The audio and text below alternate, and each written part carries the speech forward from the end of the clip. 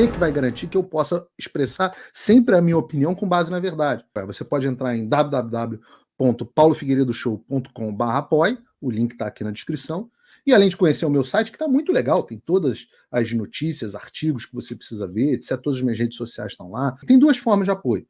Uma baratinha, $7 por mês, que com o cupom de desconto que está aqui na descrição fica 5 por mês.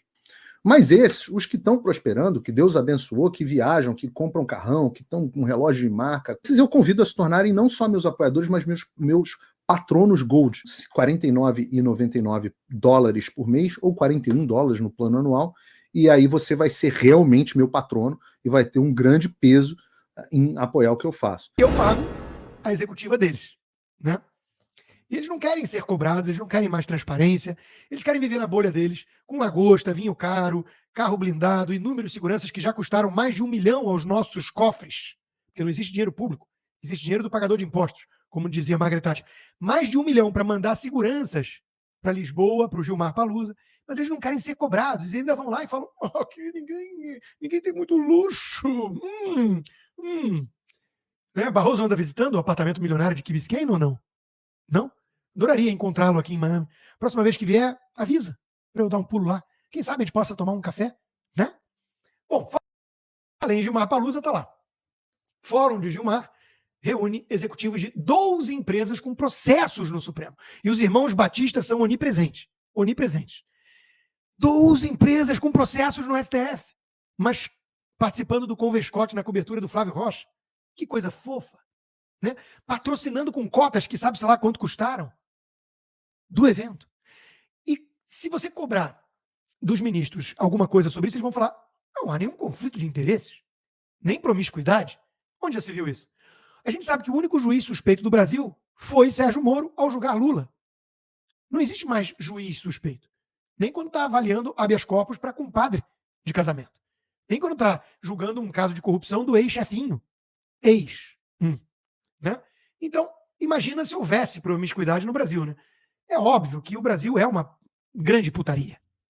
Vamos falar em linguagem direta. Não dá para dourar a pílula. Eu fico quase comovido com aqueles alienados, ingênuos que ainda levam um país como o Brasil a sério, ou a América Latina como um todo. E está sendo quase necessário incluir os Estados Unidos, que leva as Américas a sério. Tá feia a coisa. A gente vai chegar lá. É o assunto principal do dia. Calma. Eu, como americano, estou muito envergonhado do meu presidente. Mas a coisa tá feia, né? Se tá feia nos Estados Unidos, imagina no Brasil, na Bolívia, né? Esses países latino-americanos não podem ser levados a sério. Então fica lá o Pacheco, as instituições estão funcionando perfeitamente. Aí vai o Tarcísio acender vela para esse sistema e falar que as instituições estão funcionando bem. Vai o Mourão dizer que temos uma democracia pujante. Vai o Flávio Rocha, um grande empresário liberal, oferecer uma festa para esses monstros do pântano na sua cobertura em Lisboa. Ah, Rodrigo, não seja você ingênuo.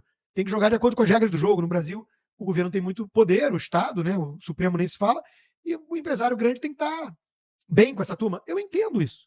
Eu entendo. Mas não venha me pedir para não dizer que isso não é promiscuidade ou putaria. E o problema é exatamente o excesso de poder econômico concentrado pelos donos do poder político. Ou seja, a ausência de livre mercado, de capitalismo. Porque aí faz mais sentido para uma empresa investir em lobby num Convescote com Gilmar Mendes e companhia do que investir na sua produtividade. E depois pedir para erguer barreira contra asiáticos, pedir subsídio do BNDES, quebrar o termômetro do custo do Brasil com medidas que atacam o sintoma e não a causa. Ah, me dá aqui protecionismo, subsídio e tá tudo bem. Só que o Brasil vai empobrecendo como um todo. Esse é o ponto. Então, evento de Gilmar Mendes reúne 12 empresas, né? E eles negam conflito de interesse. Claro, né? Imagina se eles vão admitir alguma coisa errada. Inclusive, Barroso teve que descumprir lei para ir no Gilmar Palusa, né? Como eu mencionei, o dono da Riachuelo estava lá no Esquenta, oferecendo uma festa que ele postou nas suas redes sociais, todo orgulhoso, né? Todo pimpão, ao lado de Cacai, ao lado de Gilmar Mendes, de Pacheco, Lira e companhia. Então, esse é o Brasil, meus caros. Esse é o Brasil. Só não me peçam para eu levar a sério esse troço, porque eu não vou levar a sério. Agora, o Gilmar Mendes foi emparedado por um jornalista que ainda faz um trabalho de verdade de jornalismo, coisa que a nossa velha imprensa quase não faz mais. Uma vez ou outra sai um negocinho, sai um negocinho, umas informações, mas confrontar para valer essas autoridades, eles não conseguem mais fazer porque todo mundo tem medo. O Sérgio Tavares, jornalista português, nosso Patrício, que foi detido pela Polícia Federal por suas opiniões políticas no Brasil, por horas, e teve seu passaporte confiscado, ele não se intimidou em seu país. Foi lá, então, e fez a pergunta óbvia que devia fazer. E o que você acha do Alexandre de Moraes recebendo carta do Congresso americano de parlamentar? Olha o cinismo do Gilmar. A Guiar Branco aqui falou em recuperar a confiança no Poder Judicial. Aqui em Portugal têm chegado relatos de alguma contestação ao STF, desde as eleições. Que comentário faz a intimação que o Congresso norte-americano fez a Alexandre de Moraes sobre possíveis ataques e violações aos direitos dos brasileiros? Não conheço nenhuma intimação do Congresso. Chris Smith. Não tenho nenhum conhecimento de intimação. E o Congresso Nacional americano não tem nenhum direito de fazer intimação a parlamentares brasileiros. Mas o Gilmar teve conhecimento do repórter português que ficou preso em Guarulhos e foi interrogado por questões políticas?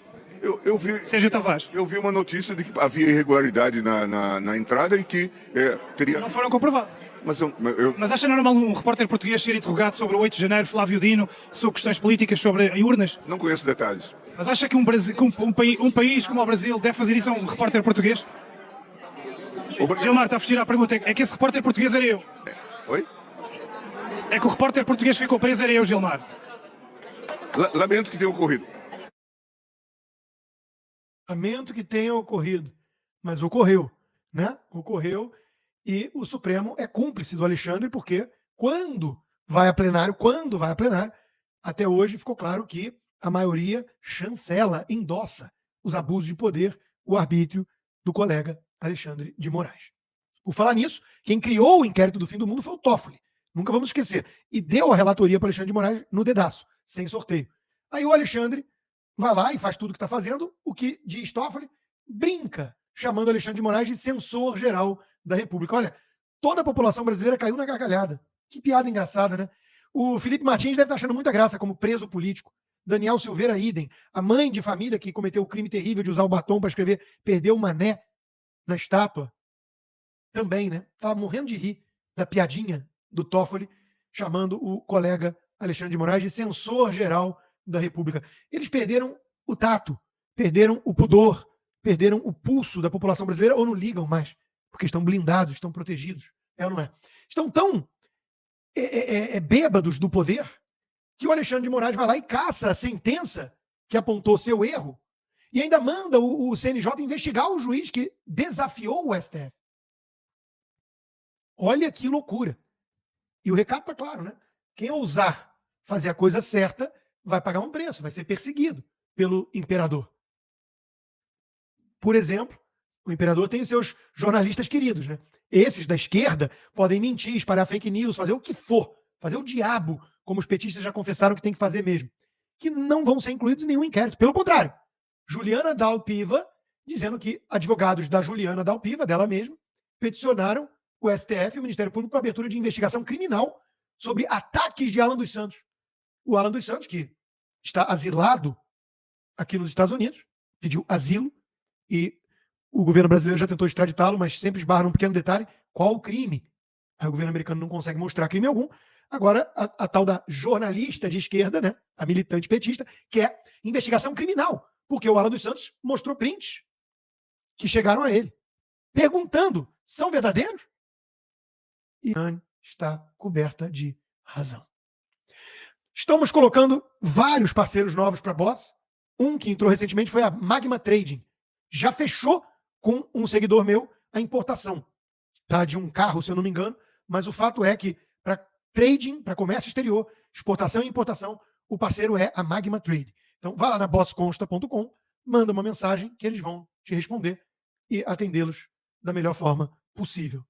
Já que eu falei do capiroto, vamos lá, né? Vamos lá. Não levem a América Latina a sério.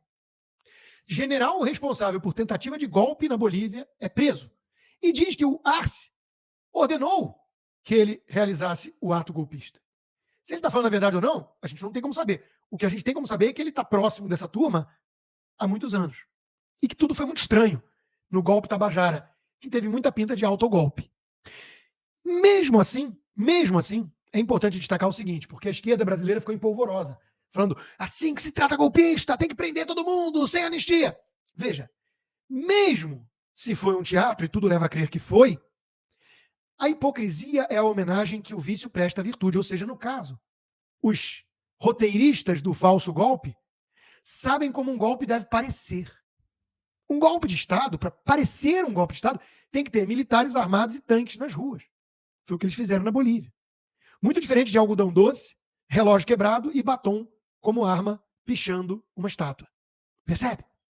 Então, mesmo na encenação deles, tudo leva a crer que foi, eles mostraram para o Brasil o que deveria ser um golpe e o que não é nunca um golpe, aquilo que vimos no Brasil. Como o Gilmar Mendes sabe quando está em Portugal. Então, que situação ridícula a da Bolívia, que tem um golpe mais ou menos a cada 36 dias, né?